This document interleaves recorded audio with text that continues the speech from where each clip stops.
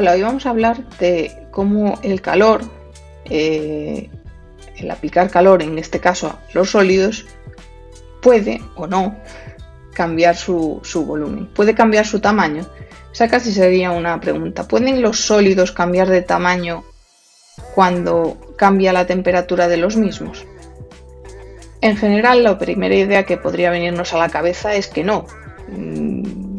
Sufrimos cambios de temperatura y no vemos que cambien aparentemente de volumen las cosas, los sólidos de los que nos rodeamos, el plástico del ordenador, una botella de agua. Sin embargo, fijémonos un poco más en alguna cosa. Yo, por ejemplo, en el balcón de mi terraza, cuando empieza a hacer calor en verano, sobre todo ahí hacia la tarde que le da el sol muy directamente, si tengo la puerta abierta e intento cerrarla, ya no cierra. Tengo que esperar a que se vuelva a enfriar, digamos, a que venga la noche y se enfría para poderla cerrar. ¿Por qué ocurre esto? Bueno, ocurre que se ha dilatado lo que es el marco de la puerta, por eso no la puedo cerrar. Lo que aparentemente no cambiaría, que es la puerta, sí que está cambiando de volumen por culpa de la temperatura, ¿vale? Hay algunas otras cosas que quizás no os hayáis nunca parado a pensar, y es, por ejemplo, cuando atravesamos a veces un puente en un coche, pues hay algunas veces algunos sobresaltos, unas pequeñas interrupciones que si nos fijásemos en ellas veríamos que es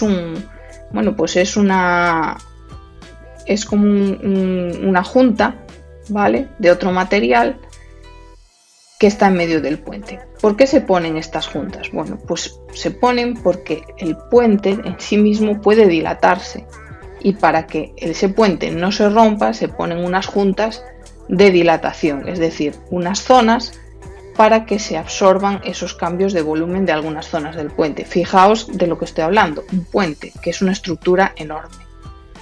Y bueno, así ocurriría con dispositivos industriales muchísimos. Cada vez que oigáis junta de dilatación, pues por ejemplo, las tarimas del suelo. Cuando se instala un suelo en una casa, todas las tarimas modernas, pues a veces entre el tránsito de una habitación a otra vemos que se deja un trocito que se cubre con algo que sea del mismo color, pero vemos que hay una discontinuidad y que se deja allí un espacio. ¿Por qué? Porque por debajo se ha dejado libre. ¿Y por qué se ha dejado libre? Para absorber la dilatación de ese material. Porque ocurren dilataciones de los sólidos con la temperatura, aunque nos parezca que no, ocurre. Vale. Cualquier cuerpo sólido tiene 3 dimensiones en principio, ¿no? Tiene largo, ancho y alto, vamos a ponerlo así, ¿vale? O sea, tiene 3 dimensiones. ¿Qué ocurre? Que cuando una de las dimensiones es mucho más características o mucho más significativa, más que característica, significativa que las demás, por ejemplo, pues una barra de acero. Una barra de acero, así. ¿Cuál es la dimensión más característica de esta barra de acero? Pues sería la longitud, ¿verdad? En este caso, lo que es el diámetro del tubo no es tan importante. De forma que si a esta barra de acero le aplicamos calor y se dilata, ¿qué es lo que va a ocurrir? Pues que va a aumentar su longitud, lo voy a exagerar, ¿vale? Aquí, este va a ser el aumento de longitud que va a sufrir la barra si le aumento la temperatura. Solo va a ser una de las dimensiones la que va a aumentar. Hay una ecuación que nos dice cómo va a ser o cómo va a cambiar esta longitud en función de la temperatura. Esta diferencia de longitud va a ser igual a la longitud inicial, L sub 0, por la diferencia de temperatura, ya conocéis esta letra, delta T, por alfa. ¿Y qué es alfa? Bueno, pues alfa es lo que se conoce como coeficiente de dilatación lineal y es característico del material del que estemos hablando, es decir, pues el acero tiene un coeficiente de dilatación lineal, el hierro tiene otro, el vidrio tiene otro, es decir, cada material tiene su coeficiente de dilatación lineal. ¿Y qué es lo que representa este coeficiente? Pues el aumento de longitud es el aumento de longitud cuando la temperatura del cuerpo,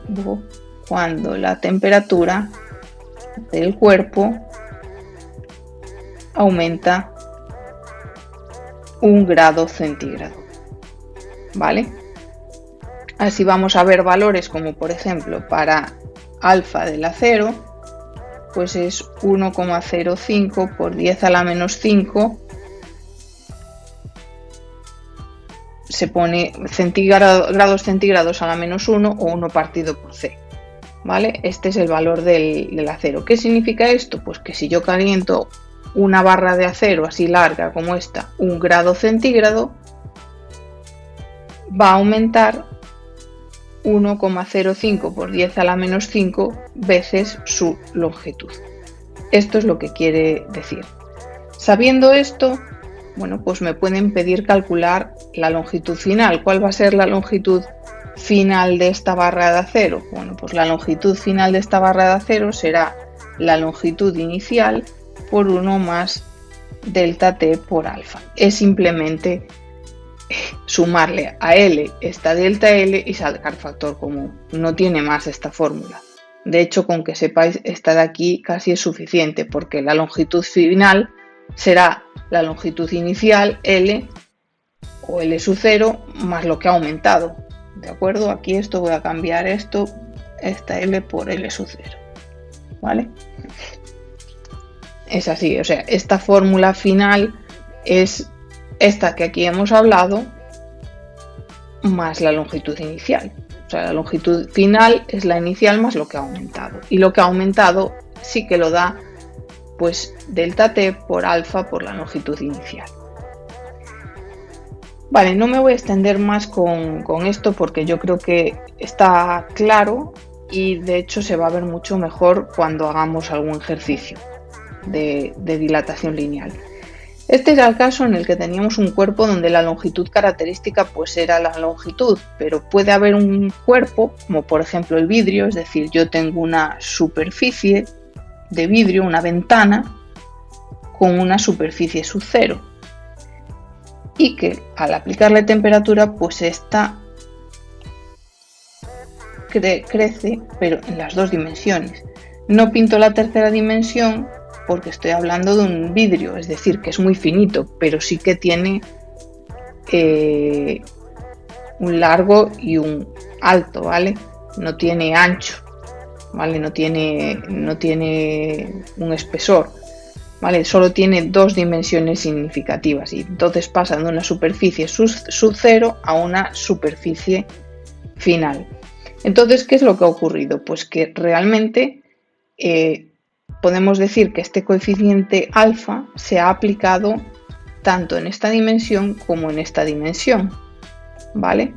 Entonces aquí, ¿qué es lo que se aplica? Bueno, pues que la diferencia de lo que es beta, el coeficiente de dilatación lineal para superficies, no para longitudes, sino para superficies, es beta. ¿Y cuánto es beta? Pues es igual a 2 veces alfa.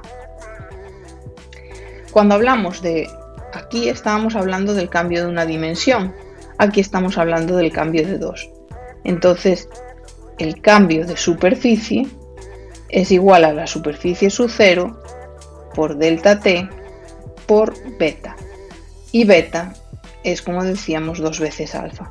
Ojo que aquí, evidentemente, ya no estamos hablando, repito, de una dimensión, sino de dos, ¿vale? Si aquí estábamos hablando de metros, que esto aumenta, por ejemplo, 0,05 metros, aquí estaríamos hablando de metros cuadrados, ¿vale? Estamos hablando de algo cuyas dimensiones son metros cuadrados. Y por lo tanto, la superficie final es igual a la superficie inicial por 1 más delta T por beta. Fijaos, es la misma ecuación que esta, Lo que pasa que en vez de L es S, en vez de L sub 0 es S sub 0, delta t es lo mismo y en vez de alfa es beta. ¿Y qué es beta? Beta es 2 veces alfa. ¿Vale? Tan fácil como eso, es la misma ecuación exactamente. Y esta, la del aumento de superficie, es la misma que la del aumento de longitud. Lo que pasa que en vez de L sub 0 es S sub 0 y en vez de alfa es beta, lógicamente. Y me preguntaréis ya para finalizar, bueno, ¿y si no es ni un vidrio, no es ni una barra de acero ni un vidrio, sino que es un cubo de, por ejemplo, de aluminio o de acero? Puede ser algo con forma de cubo, es decir, que no tiene ninguna longitud o ninguna, digamos, dimensión característica, sino que es relevante en sus 3 dimensiones. Pues entonces estamos hablando de un volumen sub 0 y el cuerpo al aplicarle calor va a crecer pues tanto en largo como en ancho como en alto, es decir, va a crecer en sus 3 dimensiones y de un volumen sub 0 va a pasar a un volumen final, ¿vale? En este caso no hablamos de un coeficiente alfa, sino que hablamos de un coeficiente gamma, y gamma es igual a 3 alfa, de forma que podemos escribir de nuevo las dos ecuaciones de forma análoga a como hicimos la de la superficie o la de la longitud. En este caso, la variación de volumen es igual al volumen inicial por delta t por gamma, siendo gamma igual a 3 alfa. Y el volumen final es igual al volumen inicial por 1 más delta t por gamma. Como veis, de nuevo es exactamente lo mismo, lo que pasa que aquí estoy hablando ya de volumen, estoy hablando de metros cúbicos, por ejemplo, ¿vale? Metros cúbicos. Entonces, bueno, es otra pista que os tiene que dar. Si me hablan de metros cúbicos, de un cuerpo que tiene X metros cúbicos, pues para estos ejercicios de dilatación, pues normalmente es que estamos observando la dilatación en sus 3 dimensiones. Por lo tanto, hay que pensar en gamma y que gamma es 3 veces alfa. Porque tened en cuenta una cosa, cuando os den el ejercicio siempre os van a dar el coeficiente de dilatación lineal. Es decir, nunca os van a dar gamma ni os van a dar beta, os van a dar alfa.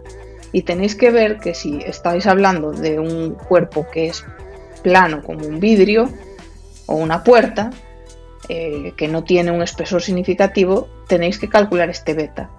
Y beta es 2 veces alfa.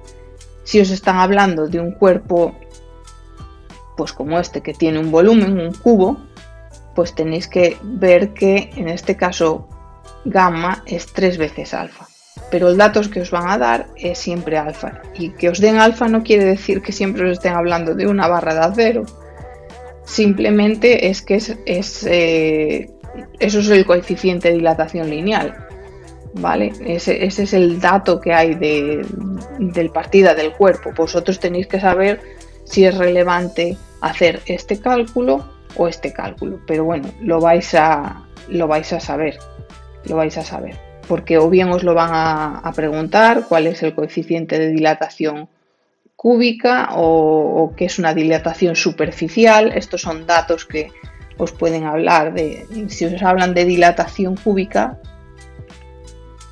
estamos en este caso, en el tercer caso. Si os hablan de dilatación superficial, estaríamos en este caso, y si os hablan de dilatación lineal, evidentemente estamos en el primer caso. Yo creo que con los ejercicios va a quedar claro. Esto es muy facilito en el fondo porque son los 3 casos igual. Simplemente tenemos que ver si estamos hablando de una barra, de una puerta o de un cristal, es decir, de algo plano, o estamos hablando ya de un cubo, de algo que tiene dimensiones, de que tiene, digamos, unas dimensiones significativas en las tres dimensiones.